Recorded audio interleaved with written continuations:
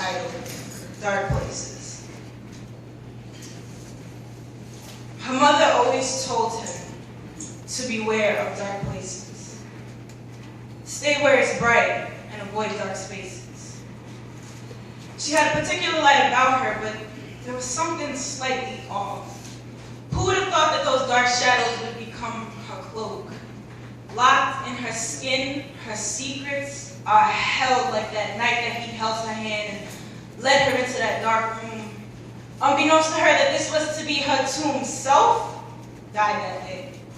With her clothes now dipped in black, she discovered what she and Miss Mary Mack had in common. The familiar rhyme was more than just a mere hand game. She went from being the player to being played.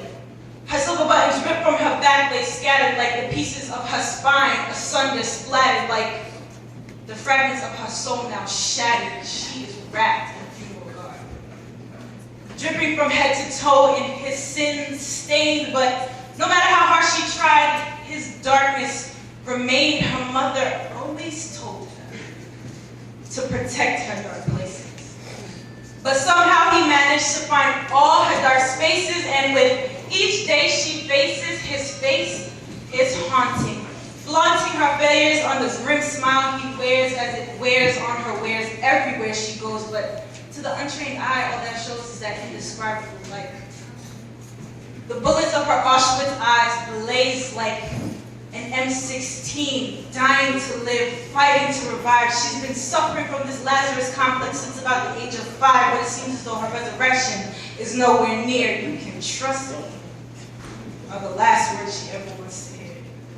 She's been penny wise and pound foolish for far too long, thinking that she can read between the lines of every silly love song, but she don't like that stuff yet. Couldn't quite realize that the I love yous and the I'm sorries were the sick serum that slithered over the slick tongues of winged snakes posing as angels.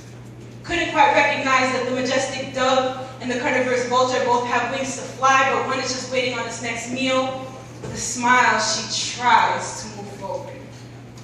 But with each of his deceptions, she is plunged back into that dark room, that dark place, and he can't understand why she sometimes pierces his soul with the bullets of her Auschwitz eyes, forever trapped in the concentration camp of her mind, waiting desperately to be freed. Her mother always told her, Mama always said, be very afraid.